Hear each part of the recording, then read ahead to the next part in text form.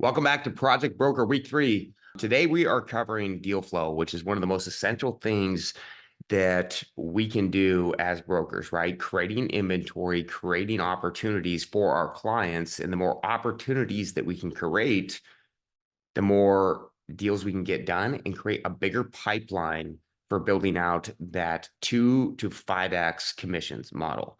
And so today we're covering deal sourcing, different avenues as brokers, what to tap into, how to keep that inventory coming to you, and then how to properly underwrite it. Because the more you can underwrite a deal and cut it up, the more deals that you can find. 70% of the deals that I sell on to our clients are on market, and it's about properly underwriting the deal and putting the right plan on it. So today, what we're going to be covering is property deal sourcing, how to find that next deal, how to underwrite it, and then the financing behind it we want to touch on because of how that works with the pro forma and how you analyze that deal, because the financing dictates a lot of the profitability on the deal. And we talked about that in week 1. So if you want to get a little bit more familiar with financing, you cruise through week 1 really quickly, go back and watch that, because during the underwriting time, we're going to be talking about the financing, the debt, how to set it up correctly. And for the basics, go back to week 1. So property deal sourcing and how to get the right deal done. So the more deal flow you can have as a broker, the more valuable you are as a broker. It doesn't do us any good to just mass solicit out opportunities, put people on auto searches. Those are things that investors don't want. They don't want to be bogged down with information. And also, I don't want to bog down my client with information. So they get into analysis paralysis, where they're just looking at every type of property. They're looking at it for the wrong reasons. They might like the pictures, but the math doesn't work. And so we scrub those deals down and send them out that way. You want to make sure that there are profitable opportunities. Don't send off junk, because again, you don't want your clients looking at a bunch of maybe deals that you're just hoping they want to transact on, because it takes away from the right time to look at the right deals that they can make money on. And then you can make money on because they're closing it. They can buy it. They can create a profitable opportunity, which then gives you a list back down the road. And so as brokers, it's our responsibility to scrub these deals down and make sure that we're not sending them out everything. What works and what doesn't work.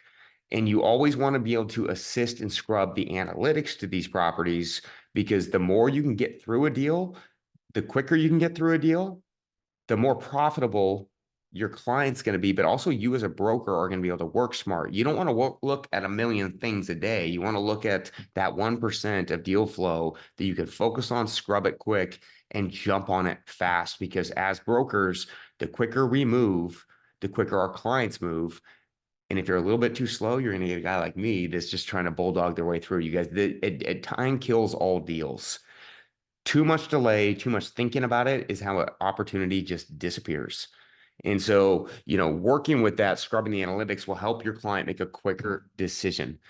So the 4 main deal sources that I've known over the last 20 years is on-market deals, properties that are listed on market that typically need a lot of construction, or they're in a distress situation that everybody can look at. And so again, going back to speed, it's about how do you get that offer out there quickly? And then also, how do you identify the deals on the market so you can actually look at them, whereas other brokers just might be missing it? Diligence works. Broker networking, a big percentage, about 20% of the deals that I do are with brokers that I've known for years. Their specialty could be retail, it could be development, it could be dirt, and they have an opportunity that they were passed on, especially like a broker that's, worked with a family for years. They have a probate, the house needs a lot of repair, that the family doesn't want to go through all the steps of trashing out the house, doing those repairs, and then getting it market ready. They just want to move on with the transaction. Brokers like that a lot of times don't have the resources that we may have, and they reach out to us directly to sell us that property off market, because the sellers just don't want to do the prep work.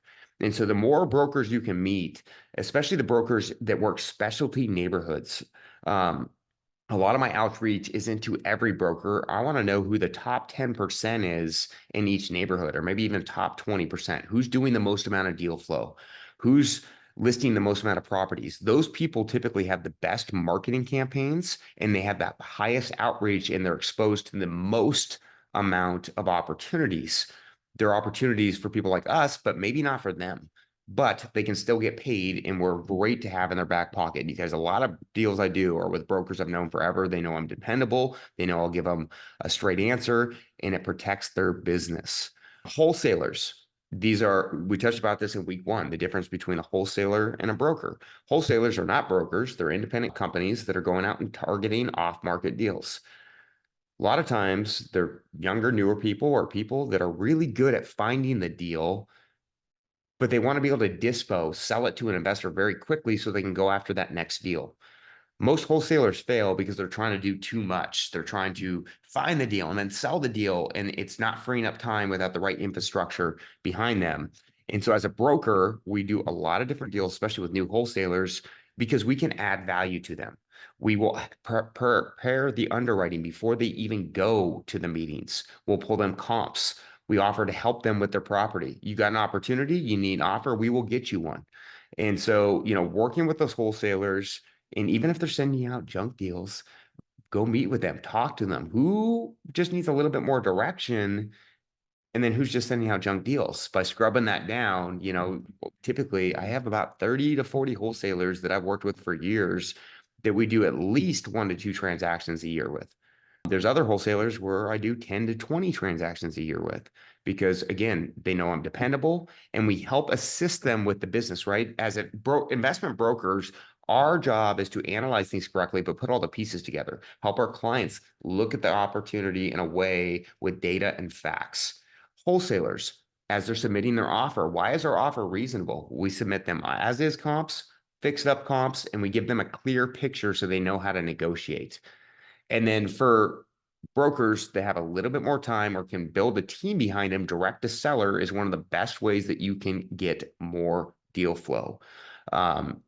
For those who are a part of the Project RE Academy, I want you to also watch Project Wholesale because it goes in depth on how to target direct to seller. And we're going to talk about that next. And so these are your 4 main deal flows and sources. On market deals. The greatest lie that I know is there aren't any deals on market. Depending on the year, you guys, 50 to 75% of our deals are on market. And it's about underwriting that deal correctly, but also moving at a pace that isn't dictated by a client. You guys, clients a lot of times like to overthink things. They look at things. And if we can find something on market that we know will work for the masses, we want to get that thing secured and get to it immediately. So the faster you are as a broker, the more deals you will get done. So typically the ones that we are buying on market, and these are, you guys, especially as we go through market transitions, right? We right now are in 2025, we've gone through some very high interest rates. Construction costs have soared, inflation has soared, and it's gotten a lot harder. Cost of money has gotten more expensive. And so what that's done is anytime there's a market change, there's always going to be different opportunities on market for you. And right now, those are the hardest projects for a lot of investors. I would say 95% of investors can't operate those big, heavy fixers. But those are where the inventory is. So as brokers, we switch. We target the investors that are a little bit more seasoned, that have experience. As you pull your data lists that we talked about in week 2, you want to go for some of the bigger buyers. Like for me in Seattle, I'm a bigger buyer. I buy a lot of inventory. We have heavy construction backgrounds and we can tackle a lot of different projects, which makes me great as a client for a broker because we can take down deals that other people are just passing on. And so as you go through these different types of avenues to get deal flow, on market, wholesaling, direct to seller, you want to see what's the inventory that's available. And, back maybe 2 years ago when the market was a little bit healthier, 2, 3 years ago, there was a lot of heavy fixers that were getting snatched up quickly by investors that were being aggressive because costs were lower, market was better. They could kind of take on the risk because the market was so healthy. Or builders were being very aggressive to get more inventory. But as it's slowed down, it's created probably 50% more heavy fixers on market that we can transact with. And so as brokers, we want to go, where are the opportunities? What are we seeing? And then pivot how we're talking to those investors that we talked about in week 2. Development deals are often incorrectly underwritten. Many homes that are advertised as tear downs that are heavy fixers, we go in there and we offer on a flip property because the broker is going, well, you can add units to this property. It has the zoning, the density that you can put 4 units on, but it's not the right property. It may be on a slope. It might have access issues. It might have utility issues. And just because the zoning's there doesn't mean that someone should build on it.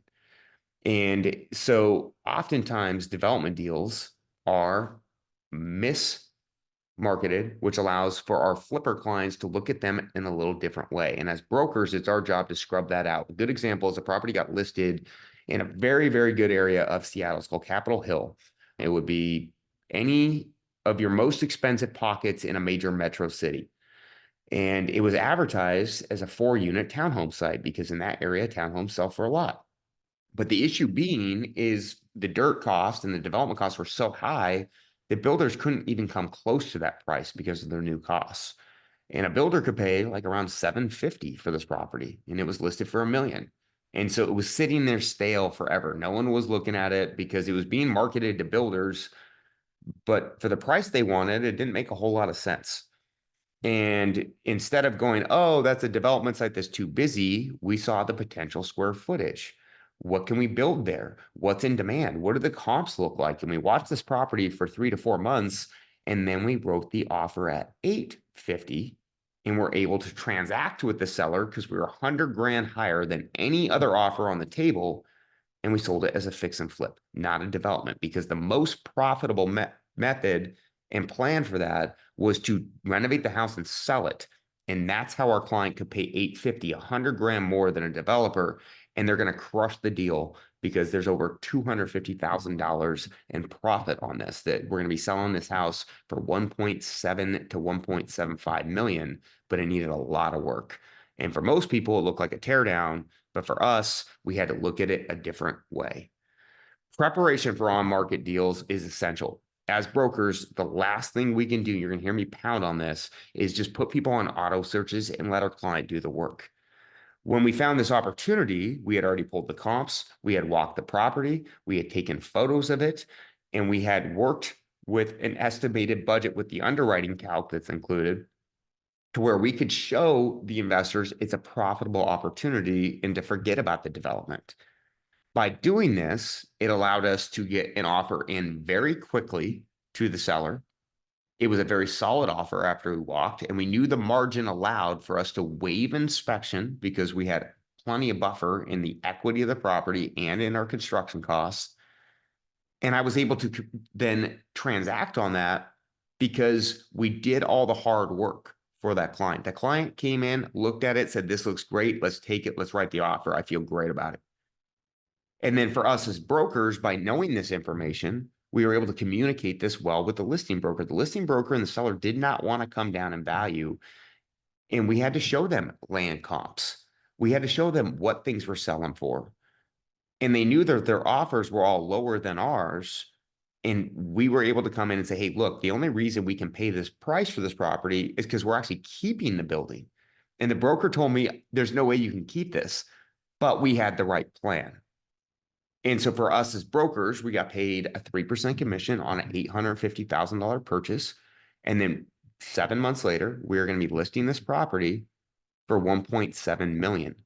And if we would have looked at it all the same and didn't communicate with the broker and underwrite it correctly, we would have never got the deal. So the key things with on market is speed. You got to move fast and don't follow the masses. What everyone else is looking at doesn't matter. Who are your core clients? In week 2, I talk about sourcing those good clients, talking to them, getting, not every client's the same. Focus on the people that are serious buyers that want to transact. And if we didn't have those clients looking for those big fixers, but we see the opportunity, we're going to go find those clients. Because the way we can transact is having the right client with the right deal. It's not about buying the best deal. It's about pairing the right plan together. So speed is key with on-market deals, waiving inspection, moving quickly, preparing that deal so the client can give you a yes or no, not a maybe.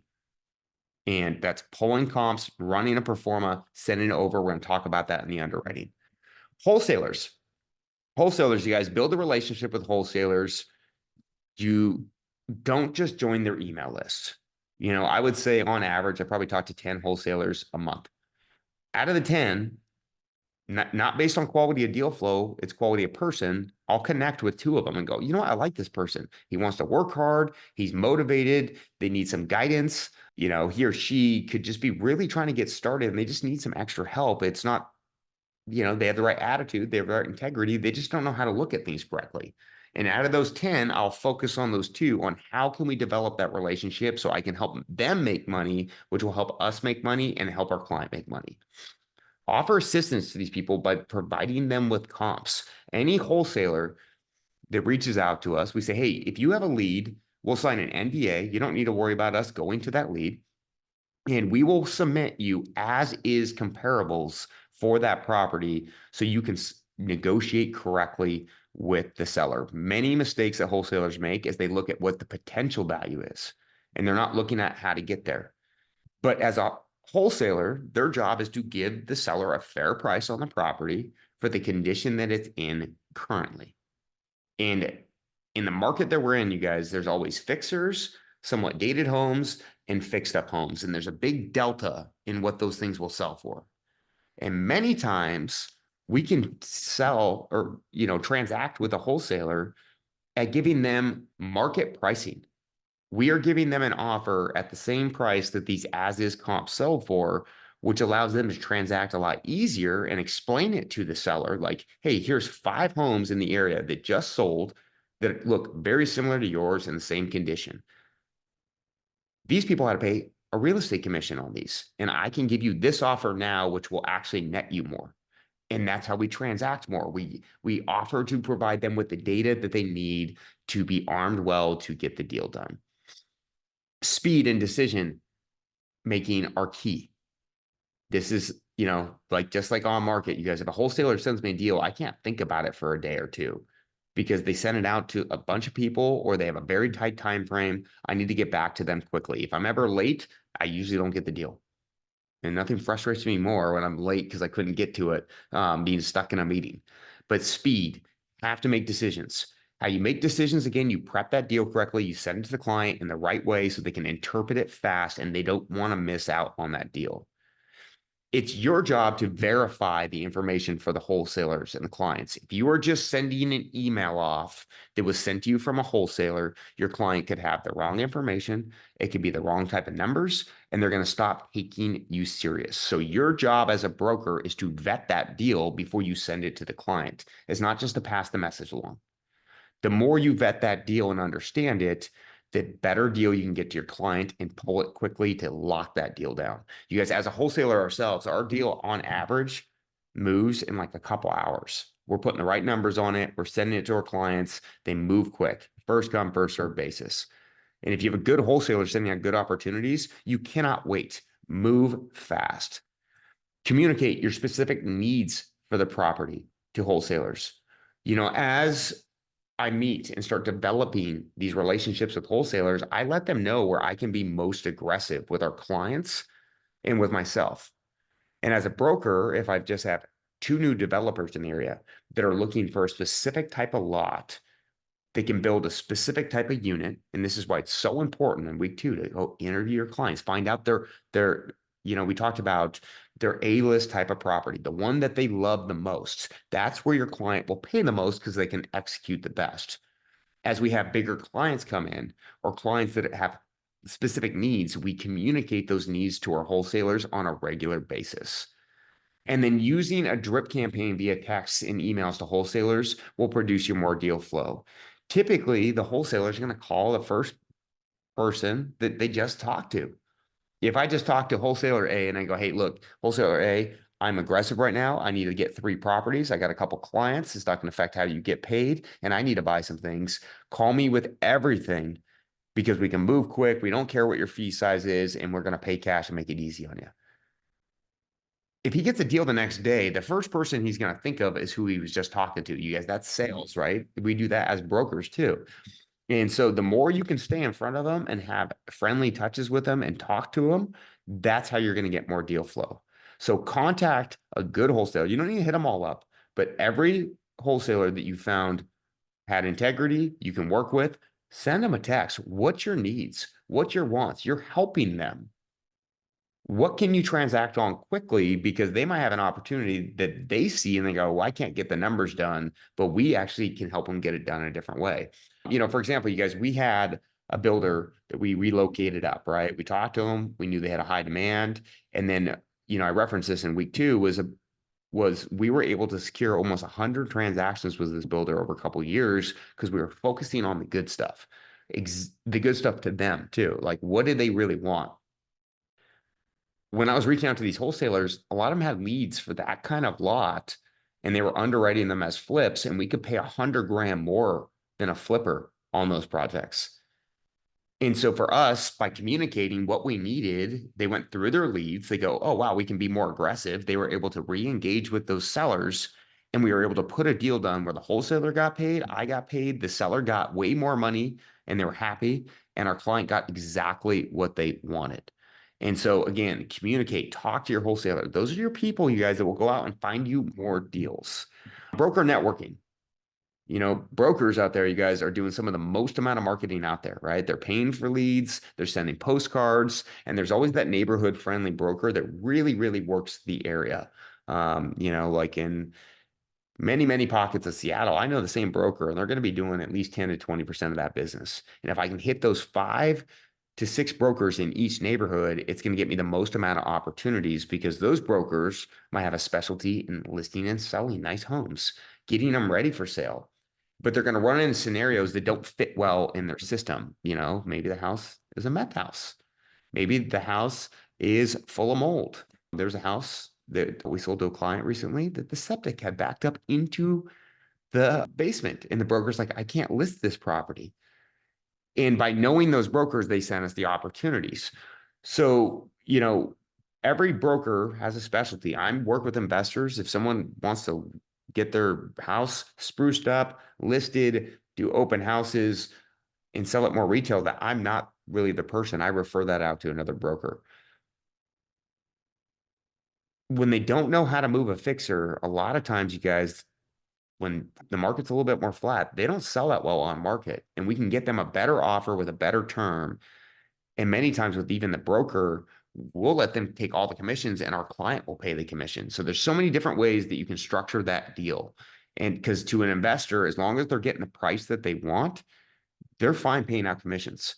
And so, maybe the broker who got a referral from their friends has a fixer, they don't know how to list it, but it's advantageous to work with me as a broker because they can keep the buy and the sell, and my client will pay me directly, so they can make more money, I can make money, my client's happy, and the seller's happy. So everybody wins, right? And you'll hear that's a common tone throughout all these different channels. Everyone has to win. Don't be another broker. Build relationships with volume brokers.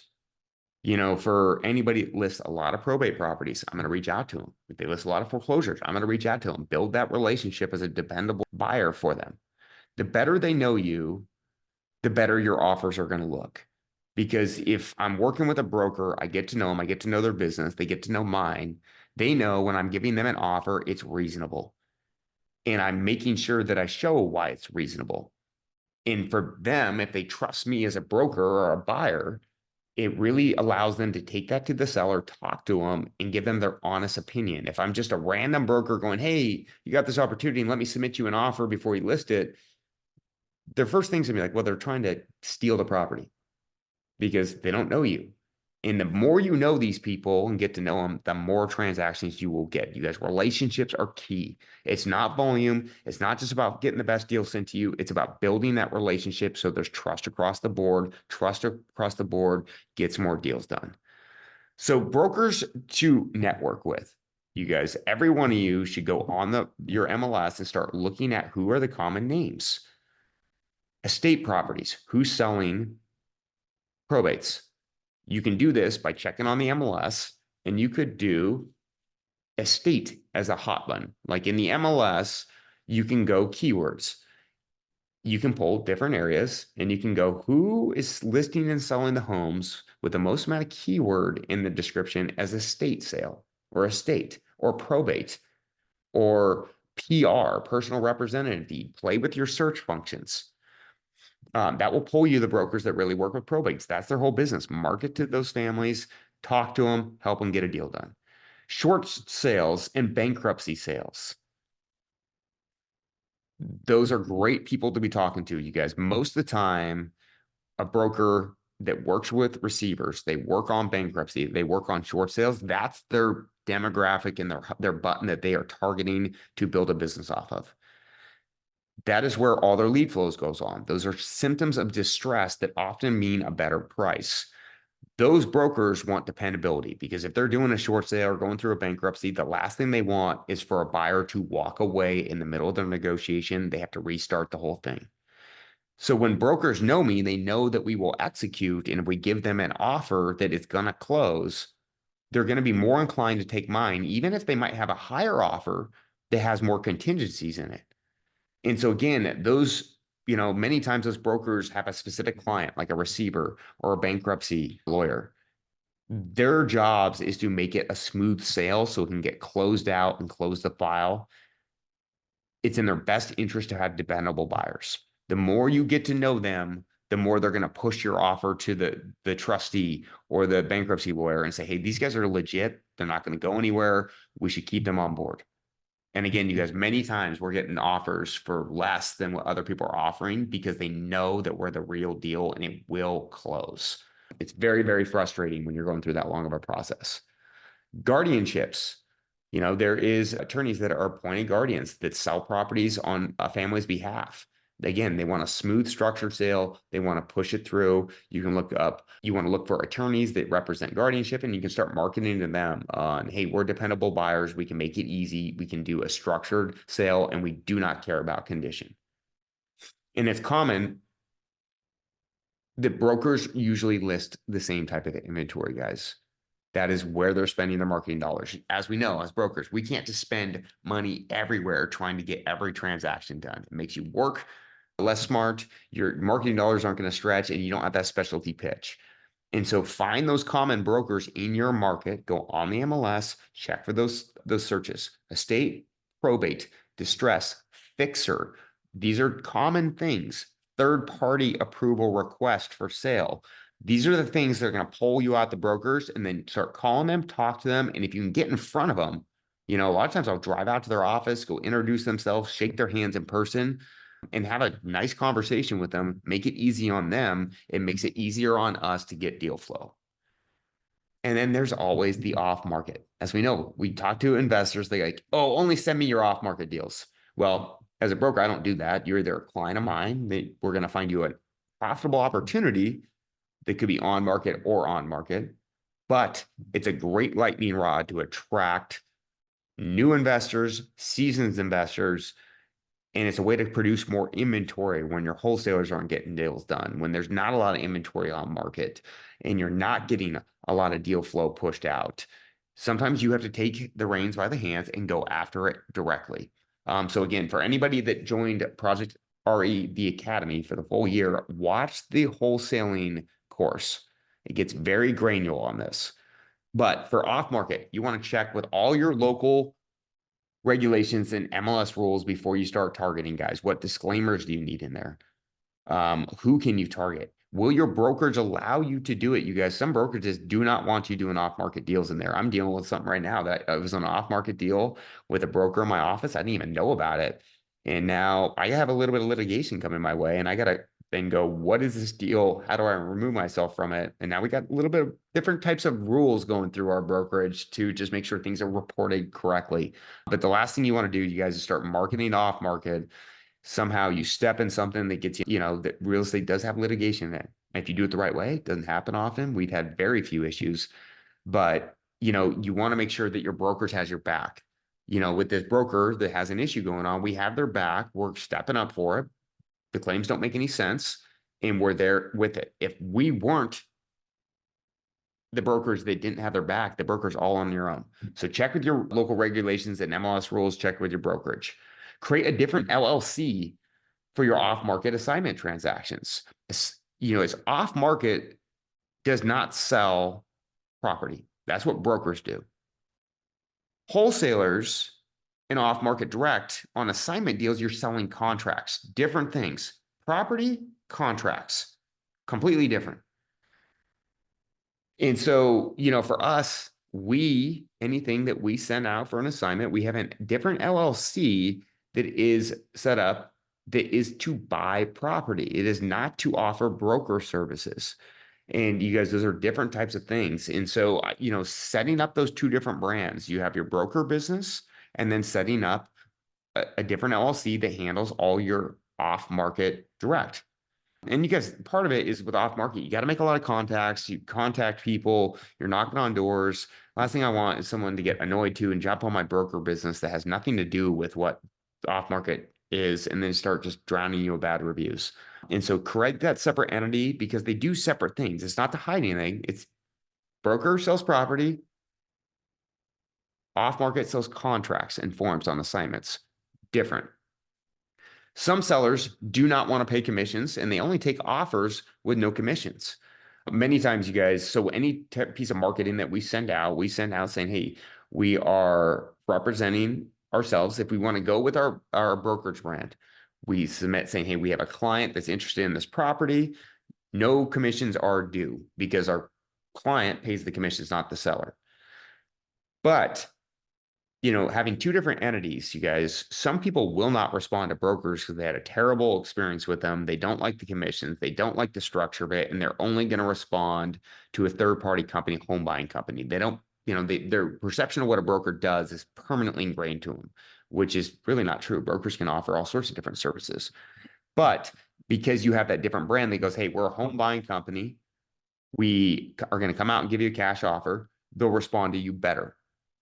Now, on every one of those pieces of marketing, though, we still put a disclaimer in because we have to disclose as brokers that one of the owners of this entity is a licensed real estate broker. It's very important as you create those two entities that you still disclaim and disclose that if you own part of it or you're the sole owner, that at least they know that you are a licensed real estate professional that's the owner in that company. Keep transactions simple for sellers. They understand their net numbers easier with off market, similar to what we do with when we're proposing a listing to a client. You run them a net proceeds calculator. For off market transactions, many times we're saying, hey, seller, you owe $200,000 on this property. You're not paying commissions. And if we pay $300,000 for this property, here's your net number based on your closing cost, title, and escrow fees. Or if we are charging commissions, what is your net number? When we're presenting that to the seller, it's going, hey, you owe $200,000. We're giving you offer at this. That means you're going to be walking with a check for around this much once we're all said and done. Sellers really appreciate it, guys, because many times they get hit with different types of fees in their old transaction, whether it was lending fees, appraisal fees, broker fees, and it leaves a bad taste in their mouth. And so being transparent always makes the deal go smoother. Plus, it protects you more as an investor or a broker because you're just giving the whole picture to the seller. So when we go out there and talk to off-market sellers, it's always like, hey, this is what we can offer. This is what you owe. And this is roughly what you're going to net with based on this closing statement here. It keeps it transparent. People like transparency. And depending on what they're trying to accomplish when they're going to move, it really helps them understand whether they should make this decision or not. When you're doing off market, we talked a lot about how brokers offer broker services, which we get paid a commission on. Off market deals, and again, watch Project Wholesale, is about structuring your deal for an assignment. So as a broker, I can go out there and meet with an off market seller and go out, meet them at behalf. I disclose I'm a broker, but we're not doing broker services here. This is a for sale by owner, and we are going to give them an offer with no commissions on, and we are not offering broker services. Now, some sellers are actually totally fine with it and say, hey, I'm fine paying you a reduced fee. Typically, if you pay 6% on market, we will pay you 3% if you can just sell it directly to an investor. And then that's where we are engaging with broker services, and we write the contract for the client, disclosing what the commissions are, and the seller and buyer are signing off on that. Now, for most sellers, though, they want just a clean net number and they want an offer, and they don't want to worry about all the commissions, and they don't want to focus on the commissions. They want to focus on getting the deal done and what they're making.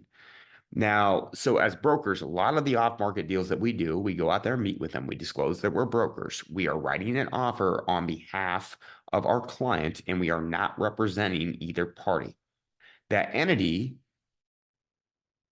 is that new LLC that we have just created.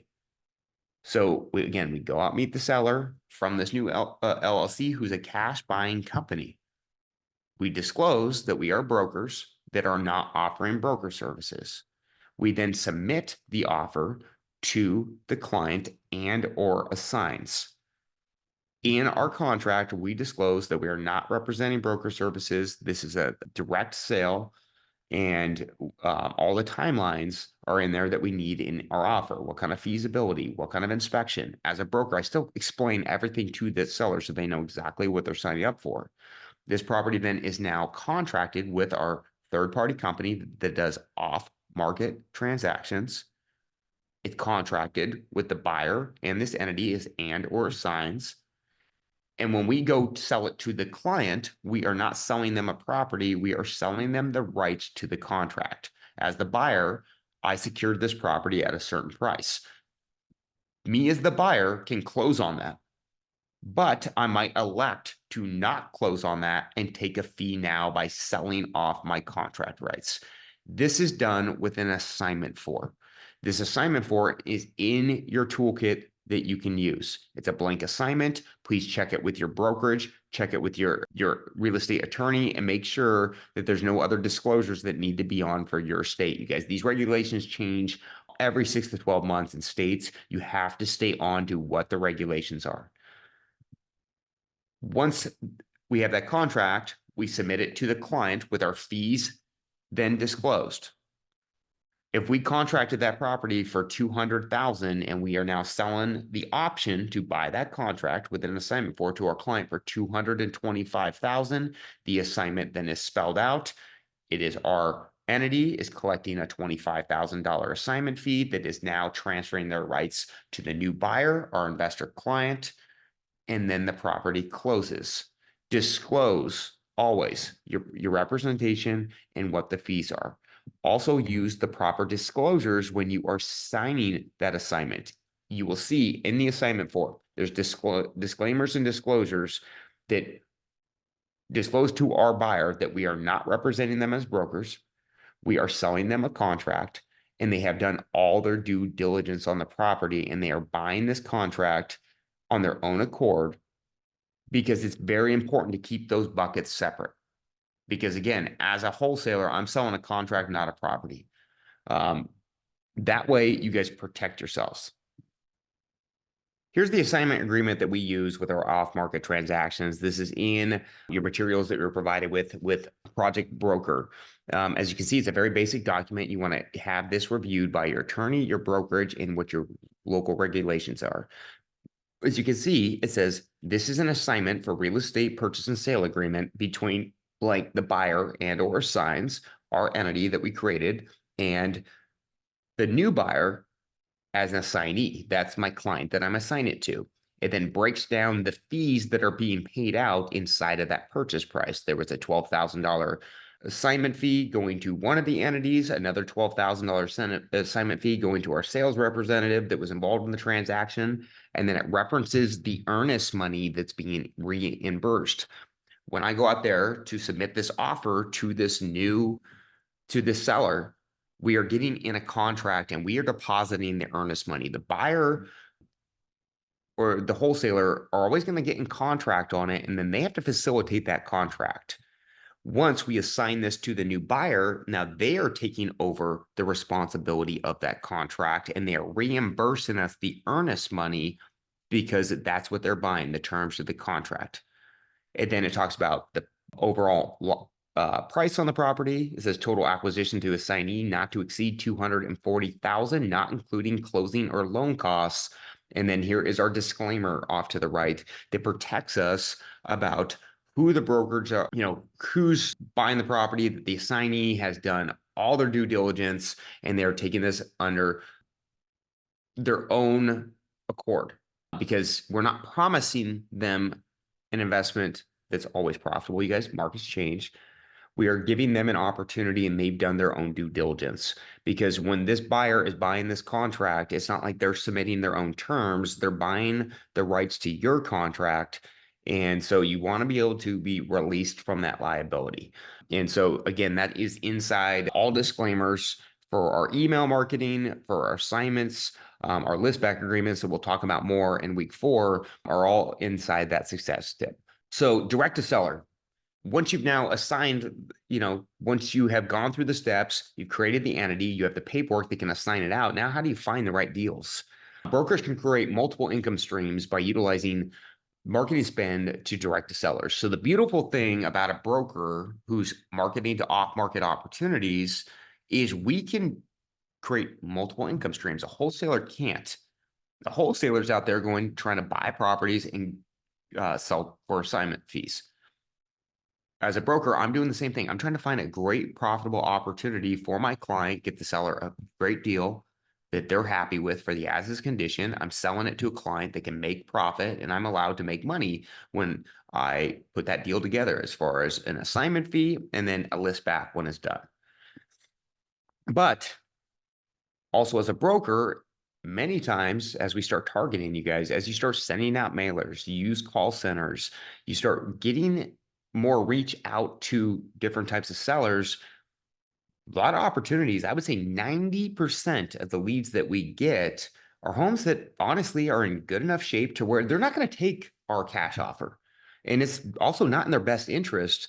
And so when we go out there, as far as an entity goes, we say, hey, look, we're a cash buying company. We can only pay you this much, but we're also brokers. And as brokers, we think we can sell on market for this price and it's in your best interest. It can create a commission for us too, which then pays for our marketing and creates more income streams. So as off-market opportunities, as inventory is very low, off-market opportunities are great for investment-minded brokers. You can do dual purposes with that. You can either list the property and collect a commission or contract it, then collect the assignment and get the list back. Now, we are trying to target the fixer homes because we can give them a great offer, but you do get other types of leads in there. When you start your marketing, you guys, it's all about KPIs and tracking things. And I'm going to break that down more in week 4. How do you track your marketing spend? How do you do it efficiently? Just to spend money on marketing does not mean it's a good idea. You need to scrub that data and pay attention to your costs. Typically, on every off-market deal that we do, it costs us an average of $5,000 to $10,000 in our market to secure that deal with mass marketing efforts as far as cost for mail, cost for call centers, salespeople, leads that fall away. That is about our true marketing spend per property. And if you do pay-per-click, it's very similar that way. But it also depends on what market you're in. I'm in Seattle. It's a little bit more expensive market. You're Austin, Chicago, DC, New York, San Francisco, Atlanta. The bigger metropolitan cities are going to have around that same similar cost. It's going to be typically on average like 7,000 to 9,000 in there. For smaller markets, the cost usually goes down because the price is a lot lower out there and you get more response rate. In more expensive metro cities, the response rate is less. In more rural areas, call centers, sending out mailers, those things have a higher response rate because it's just there's less competition, there's less people going after it. And also it's just kind of the way it is. You guys, metro cities, people are a lot more, the guards are way more up. They don't really want to talk as much. And so you have to contact more people. So how we get in front of these sellers is cold call centers. This is where you can hire a third-party company. If you're looking for a referral, Easy Button Leads is a partner of ours. They'll give you a discount on your cold calling service. You provide them with the list that you are targeting. They will make the calls for you. They will get in front of the people. They can contact them multiple times. And once they get them on the phone, they will send it over to you as a lead, as a broker to follow up on immediately. Now, the important thing is, you guys, any lead that we're getting through any of these avenues, you must call them within 20 minutes of you getting that lead. If you call after 20 minutes, speed to lead, they disappear. So get in front of them. So cold call centers are a great way to go. Check out easybuttonleads.com if you want a referral source to that. There's also VAs that you can hire independently that can call for you. This allows you as a broker to focus on building your investor list, spending those relationships, and your call centers can make the outbound calls to really, get the volume up. Because you guys, a lot of this is timing, like calling the person at the right time that has the right emotion. And they go, yeah, I want to sell now. That's typically where those come from. And so it allows you to get in front of the people at that perfect time. Postcards and mailers are great. Postcards are typically going to cost you about 50% less than a mailer. And so what we do, and we talk about this a lot, Project Wholesale, we send out mailers, we'll send out 2 to 3 mailers, then we follow up with 3 postcards because it keeps our costs down. But it allows us to constantly stay in front of those sellers. If you're a broker that wants to spend a little bit of money on postcards and mail, but not too much because it's not for you for whatever reason, don't do it. It's consistency. You guys, any lead that we are getting in front of that we're targeting, on average, we have to send them 10 to 12 mailers or postcards before we get an appointment to them. That steady drip keeps you involved in that neighborhood and marketing. And so you guys, it can be very expensive to do mail. It can be very expensive to do postcards. And so be selective on that demographic that you're sending them to. Call centers are typically going to cost you about 50% less than what a postcard and mailer is going to cost you as far as a lead goes.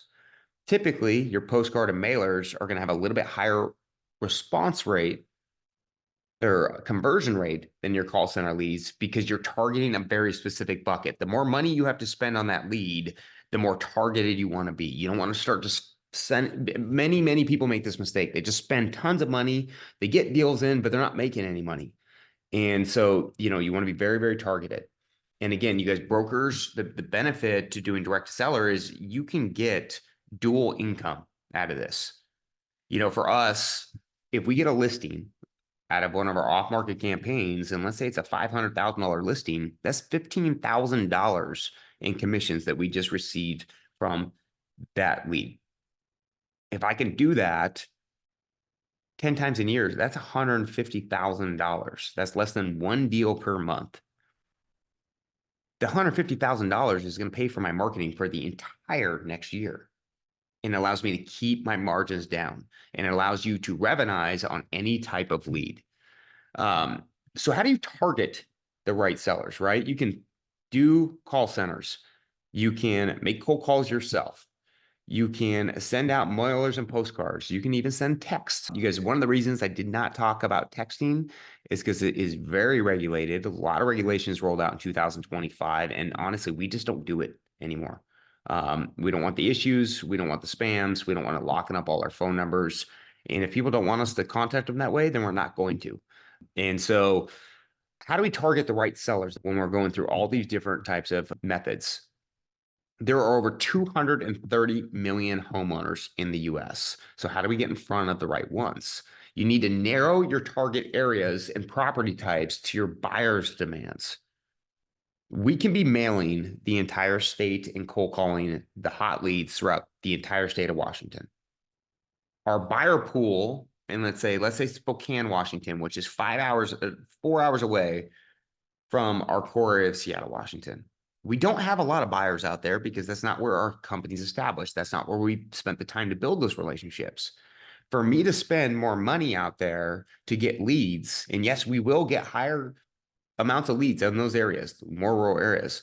But if I don't have the buyers, it makes it really hard to transact, and it narrows our focus, and it stretches my marketing dollars out too far. And so where we've had the best luck converting sales, especially when we have a bigger buyer in town. Let's say me. I buy a lot of big, heavy fixers in Seattle. We're also developers. We'll build homes. Or we have clients that are looking for lots in the same specific areas.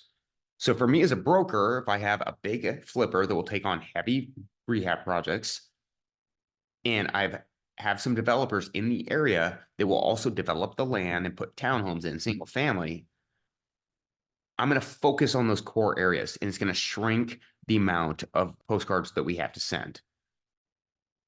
And so narrow it to your buyer's demand. Take the time, update their records. What do they want? What do they need? And how can they get the property that they really, really want? And you're not spreading yourself out too thin, you guys. The more spread out you are, the more money you have to spend. It's harder to follow up and stay consistent. Just pick that narrow box, especially for when you're doing mailers and postcards. They're expensive, but they're very narrow focused. You get a higher conversion rate. The narrow focus should be off your buyer demand. Call centers are great for coverage. You can burn through a huge area because these guys are calling all day long, and they're very cost effective. You know, a lot of times they're in the Philippines, they're in Belize, they're in Egypt, they're all over. Their wages are a lot differently. They're trained professionally, and they can make those calls while you spend your more expensive marketing on a very targeted list. The smaller areas allow you to make multiple contacts and become a familiar presence, which will lead to more transactions. How do you target then the right people for what your buyers want? It's about finding that need to sell. And those need to sells are going to be situational, financial, and timing. When you target the right clients, you know, this is how you're going to really maximize your off-market money spend. If I'm going after properties that my clients really, really want, like if you're in Washington right now, I can give you my list. I will be aggressive on those properties.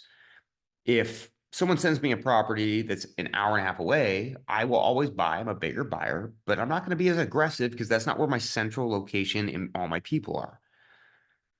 When I can take that buyer demand and stick it into a specific market, that is one huge leap. But if someone was to target for me in Seattle, it's still going to produce 15 to 30,000 leads of properties that I would love to buy. So how do we shrink that down? Because if I'm spending nearly $1 a piece on mail, I can't spend too many pieces of mail at that point. So then once we have our buyer demand, we want to stack our list and get the hot seller leads in front of us. These have been what has worked for us for over 20 years. First, out-of-state owners. This is a very, very heavy list, you guys, but as people have made a lot of equity, it's been one of our better lists recently. People hit this all the time. People, they're not emotionally attached, they have an investment, and they might want to sell, and it's all about timing. We're looking for tired landlords. Dude, the property needs a bunch of repairs. They don't want to stick the money into it. They just want to take their check and run and maybe retire. 1031 exchange sellers, people that have a lot of equity that are making very low cash flow. We can talk to those sellers and go, hey, look, you're only making this much cash flow on your property.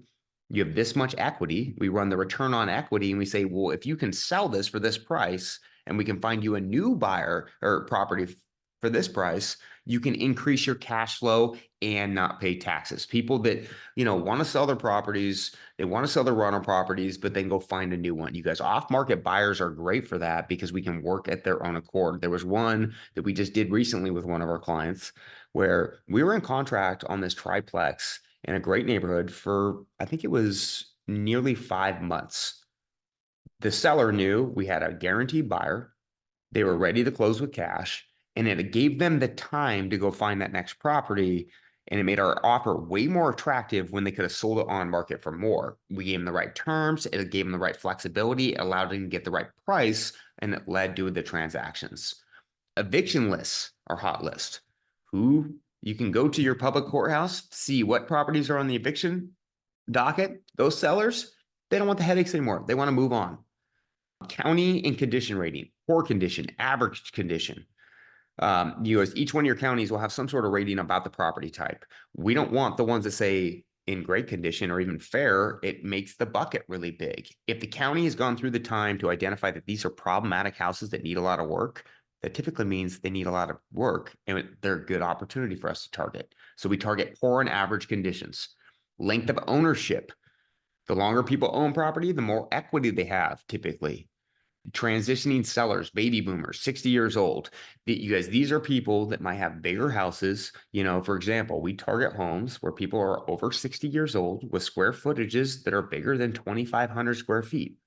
Most of the time, their kids have been gone for a while. They have this big house. It makes more sense for them to maximize that equity and cash and transition to another house. And so those are people that are typically thinking about selling. They just needed someone to talk to them about it. So length of ownership, how long they owned it for, how old are they? Are they in that transitional times? Distress, you guys, do they have a need to sell immediately? Foreclosures. Foreclosures are at all-time lows, but they are coming back. And I can say the ones that are in foreclosures really do need to sell. Tax foreclosures. Every state has different types of tax foreclosure rules. You need to look into when their dates are, when they're scheduled. Within Washington, they're roughly once a year. We are marketing to anybody that was in tax foreclosure or scheduled for tax foreclosure the entire time. The reason we do that, you guys, is tax foreclosures they get postponed all the time. They get delayed. They get called off and postponed very easily. But that doesn't mean that they're not good potential sellers. Most of the tax foreclosure deals we do are after they're not in tax foreclosure. It's a year or two later. It tells us that property needs work, they have distress, and eventually they're going to need to sell. Abatement and building code violations. Your title rep or your property search information company can pull, I want a list of properties that have liens from the city for abatement or trash removal. That means the city has gotten so fed up, they paid for it, and now they are fining that seller every day to get their house in better condition. Divorce, need to sell. People got to part ways. They need cash, depending on the situation and the condition. They need to do something with that property. Those are your main distress property factors. Probates.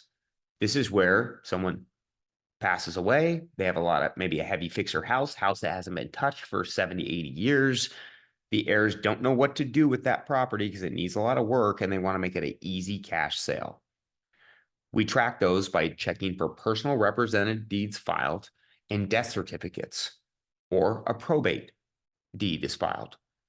Your title companies and data providers can pull you those lists every month and give you a hot list on that. Zoning, upzone areas. When we are working with the city or talking to the city and watching their zoning regulations, you guys, this is important. As brokers, we got to know what's going on around us. What's the changes in the areas? If we know that there's zoning changing and changing for more density, as brokers, we start targeting those before it actually goes into effect. For example, in Seattle, they passed something called an RSL, where they allowed you to add multiple units to a single family lot, or the single family lot was being changed to a new zoning.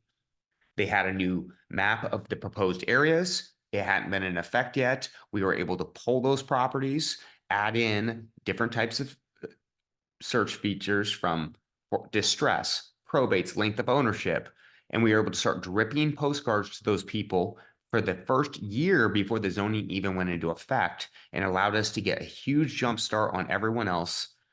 And it gave us a ton of inventory. You guys, it's all about looking down the road. If people hear about the changes, they change their model. If you can get in front of it, that's how you do more deals. And then lot size. Narrow target buyers demand, don't waste marketing dollars.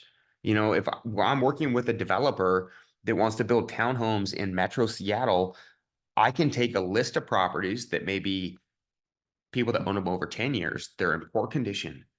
And I can then go by their lot size and say, I need a minimum of 4,000 square feet, because that allows them to put the density on. That's going to shrink my target down dramatically. By adding in those layers, you guys, there's like 40,000 lots we could look at in the greater Seattle area. Our target list is like 3,800. They have some sort of symptom of distress, ownership, lead stack, and they have the right lot size, and it allows us to maximize our marketing dollars. Now, how do you stack your list? So stacking the list down, right? You can go after probates. That's going to give you a lot of different lists. You can go after zoning. It could be 10,000 properties. The more we can add in and layer it down, the smaller your bucket is. And this is called lead stacking your list. First thing that we put in is a loan to value requirement. Your title rep can pull you a report of properties that have the recorded deed of trust, the last deed of trust that was recorded, and do a percentage of the tax assessed value. So I can ask my title rep to go, hey, give me all properties that have a 70% recorded deed of trust to tax assessed value. It needs to be 70% or less. That's going to scrub off a huge chunk of the properties right away. I then can add in specific things for my buyer's buy box or what I'm looking for. I can look for overlay in foreclosure or tax foreclosure on these properties. I can pull a probate list off that. But the LTV scrubs it down first, that it's an opportunity I can actually buy. Then we can add in those other layers that we just talked about to scrub those lists down and be very targeted on your marketing. Chasing the deal is, target your sellers with a purpose.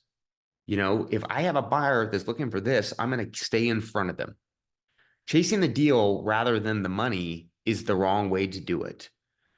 When we spend money on our direct mail and in letters, it's expensive. It costs a lot. We want to make sure it has impact. And so we are going to send that to what our buyer's demand is with stacked lead scrubbing, loan to value. Have they owned it for a certain amount of time? Entire landlord list, loan to value. It could be a distress list where we're only focusing on people in tax foreclosure with this loan to value that have owned the property for as long as this amount of time. That scrubs all the information down, keeps it a hot list. The less targets you have, the more focused you can be to convert on what your client wants. Not every property is sellable. We don't want to be sending things, to people that are over encumbered in debt. If I'm spending $10,000 in mail a month, or let's say even 5,000, and I haven't scrubbed my list down and I'm 70% of the people owe too much on it where I can't even buy it, that is a complete waste of money unless you want to get targeted for listings. And so focus on the masses, with your expensive marketing. Call centers are great for coverage. Mailers, letters are great for specifics. Play in traffic, you get more hits. We target specific properties that our buyers want and then what the masses want. A little bit newer houses that maybe someone has an eviction going on, but it's a little bit newer. More investors can buy it. The more viability of that deal, the more you have to transact, the more likeliness you have to transact and get the deal done and stop the bleed on the marketing DOS.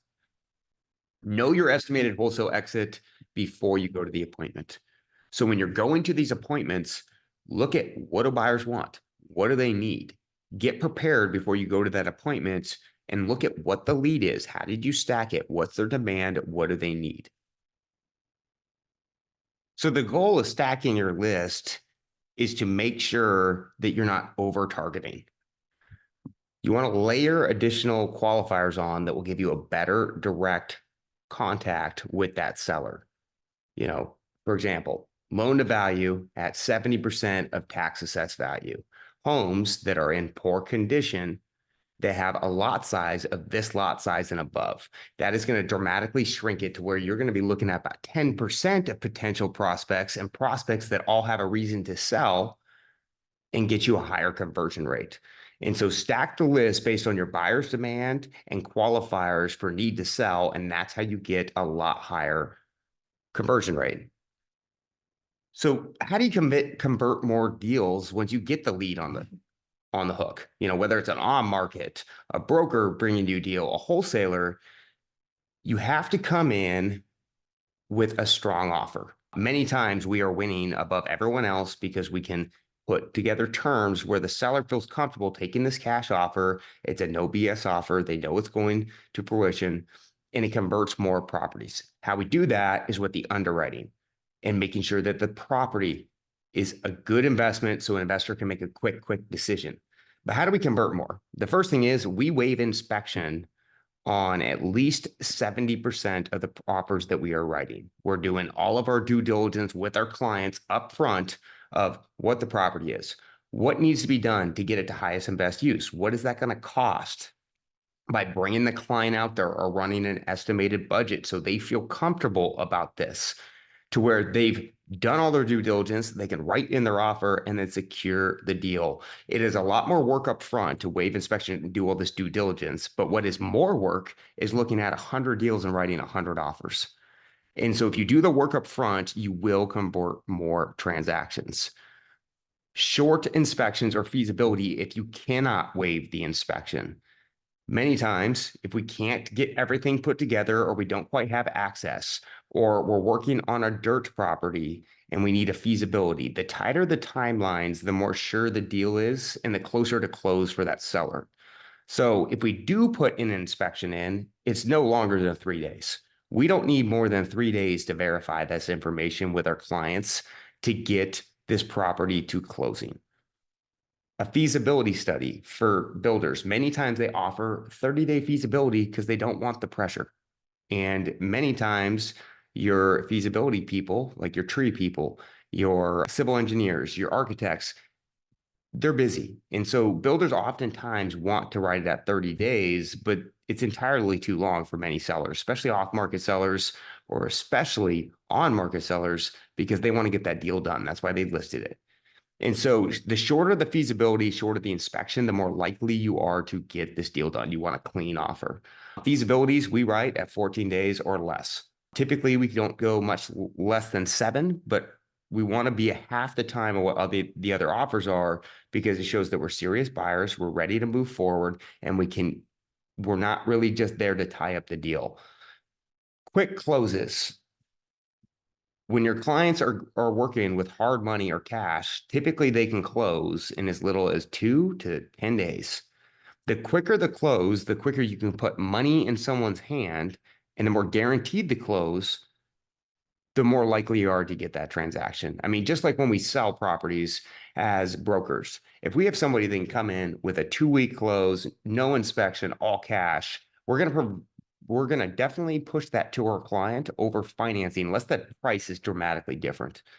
And so oftentimes when investors are trying to get below market value, or they're trying to get a price they can make revenue out of, they got to give the seller different terms. So quick closes, that happens. If we run our underwriting, it looks good. We've done our inspection, our walkthrough with our clients, and they are set with hard money. There's no reason why they can't offer a 10-day close, which can many times push the deal towards us. And it's about educating that client of why the 10-day close is important. It will help get them the deal, and setting that term with that client and giving them the advice. If they really want this property, they need to move this fast. It will get the deal done. Larger earnest money deposits. Oftentimes, if you're competing against wholesalers as brokers, or there's other people looking at the deal off market, the earnest money is kind of a joke. They'll put up maybe 1%. It's a promissory note. It goes into escrow, or flippers that are just firing out offers on market are doing the same thing. They don't want to put much money out of pocket because they don't really know if they want the house or not. Whereas with our offers, we standard write 5% to 10% earnest money no matter what. If it's a property that's very, very competitive and our client really wants it, it's a product that they want, oftentimes we're pushing them to put it to almost 20% of the purchase price to get that deal done. Now, it is price point dependent. We can push them to 20% when it's a $250,000 purchase, but when it's a $2 million purchase, that's a lot different story. That's 400 grand. But you want to be above the minimum, right? And most brokers consider 1 to 3% the minimum. We want to be at 5 to set the precedent that we are for real. We are going to close, and the people can see that we're capable of depositing that earnest money, and it will push us towards our purchaser. We also, oftentimes, when we waive inspection, we convert our earnest money to a non-refundable deposit. That means if we do not close, or my client does not close, the seller is getting that money. There's no argument. It is their deposit, and we can put that in their hand. As brokers, it's our job to communicate that to the listing broker, that that's the reason why we are writing it up that way. It's not very common. People will release earnest money, they'll make it non-refundable, but making it a non-refundable deposit then actually is even stronger, because it doesn't go, if there's a dispute over it, it doesn't go to interpleader. This is a deposit. We're serious. We're putting it down. We will not argue for it later. And when you can explain that to the broker and they understand it, they bring it to their client, and the client feels better about your offer and your client or yourself that is buying.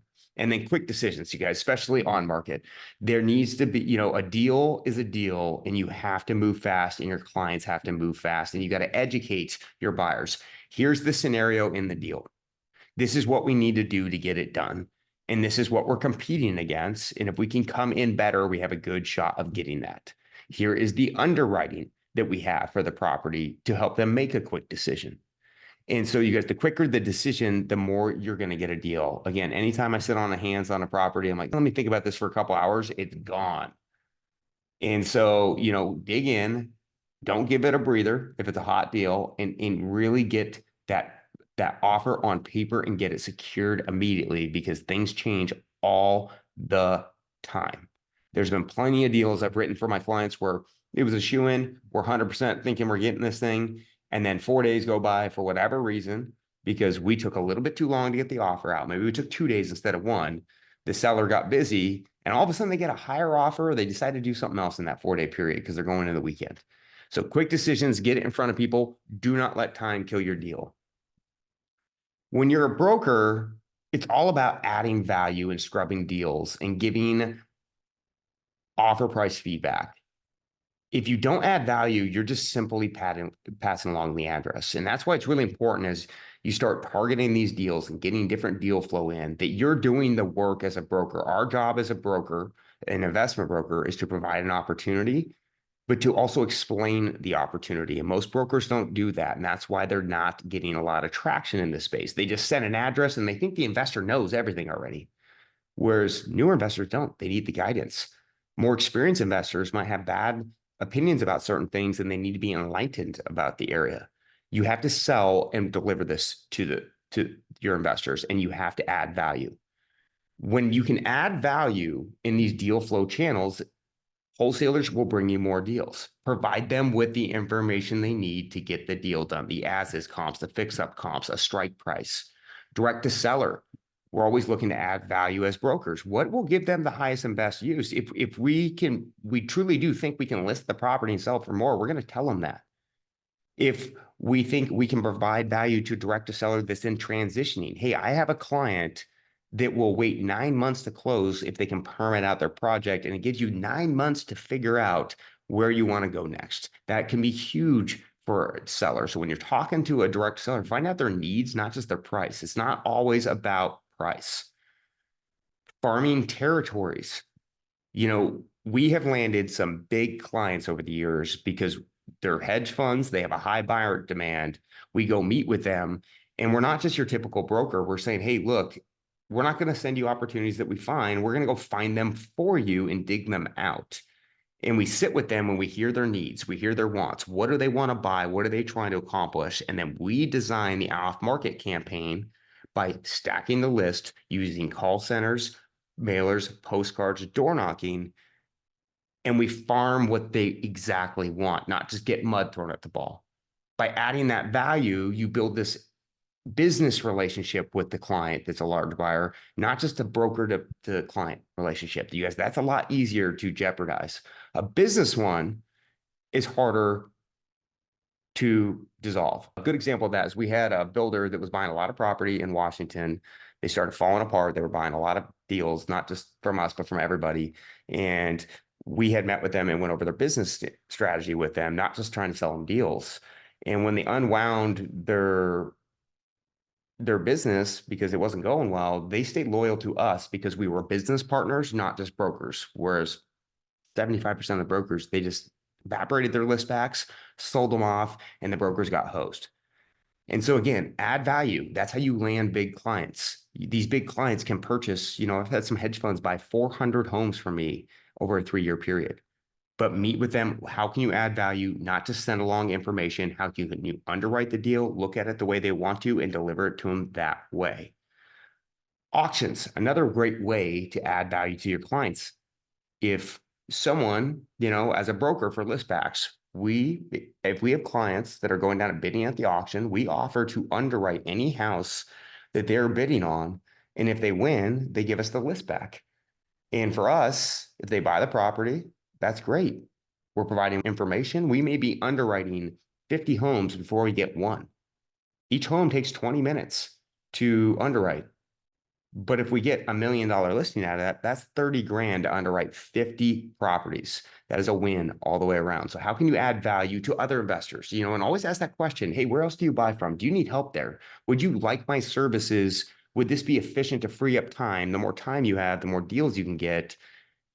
And then we can build a long-term partnership. You guys, many of these auction clients, we've landed them as really long-term clients or we retain our clients because they're getting good advice as they're bidding down there. And so how can you always add value? Now we have a special surprise for everyone. So you guys, the reason this is a little delayed is because I went through and we made week 3, which has how to market to off-market sellers, different deal flow, and then underwriting packaging were put together, but it was too long and I cut it short because it was getting too long. So now we have a bonus surprise for you guys. Stay tuned. You will be released for your own separate underwriting chapter. It's about an hour long. Won't be cut short. It's one of the most important things. How do we look at deals? How do we underwrite them? How do we package them? How do we get people to buy? And so you are getting a free bonus episode. Stay tuned. Underwriting is next. And then we will follow it up with business development. You guys, I hope you enjoyed this section of marketing for deal flow in the background on it through Project Broker. Again, I want you to watch week 2, get to know your clients, reverse engineer these deal flows, and you will have more success. So stay tuned. Underwriting, you guys, we're going to chop up some deals.